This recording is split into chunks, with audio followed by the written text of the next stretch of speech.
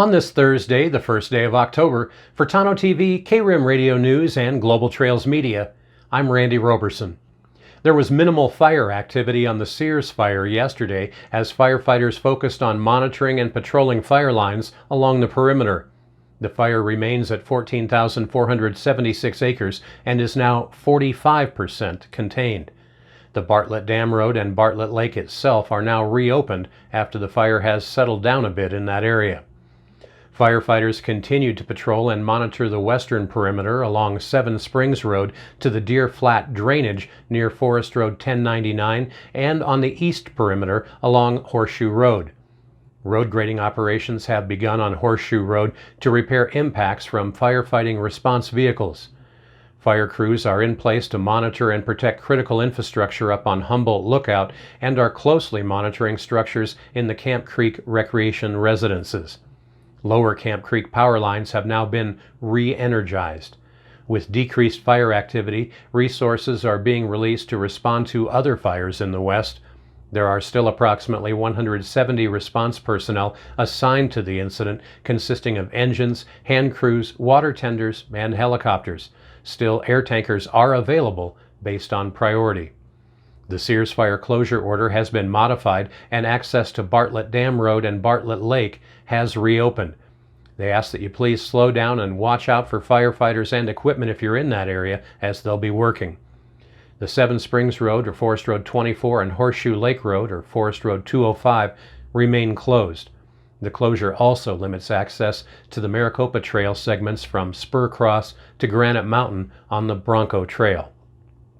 Well, taking a look at other Rim Country news, more than $23 million in emergency federal aid is on its way to Arizona to reimburse the Arizona Department of Transportation for costs to repair damage to roads and bridges during recent fires and floods.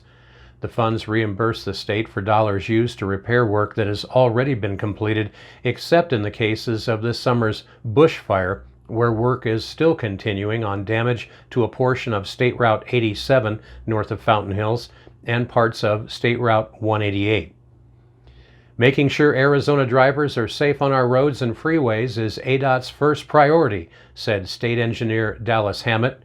He went on to say ADOT is constantly maintaining, improving, and repairing vital infrastructure throughout the state, and these federal funds are a very valuable and necessary part of those efforts. Well, up next, taking a look at your Rim Country 7-day weather forecast. So, any relief from these significantly above average high temperatures? Well, a full report is coming up next. You're watching Rim Country News. If you're talking, they will hear you. We all want our kids to grow up safe and healthy, so we show them how. And we tell them with honest conversations that let them know what we expect. Not just one time, but every chance we get. That's especially important when it comes to alcohol and other drugs. Kids not only need to know the dangers and how to avoid them, they need to hear it often from you. And when it comes to pain medications, opioids, they need to know that they should never be taken without a prescription and never shared with friends or family. It's dangerous and illegal. So talk with your kids and guide them through the challenges of growing up safe and healthy. Because when you talk, they hear you. For more information about talking with your kids about underage use of alcohol and other drugs, visit underagedrinking.samhsa.gov. So talk, they hear you. You can do it if you try.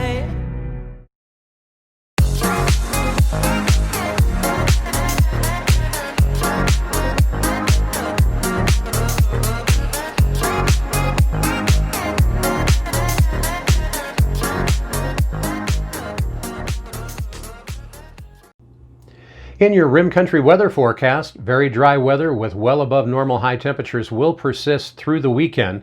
Temperatures should peak Thursday through Saturday with a few record highs possible. A slight cooling trend is anticipated Sunday into next week.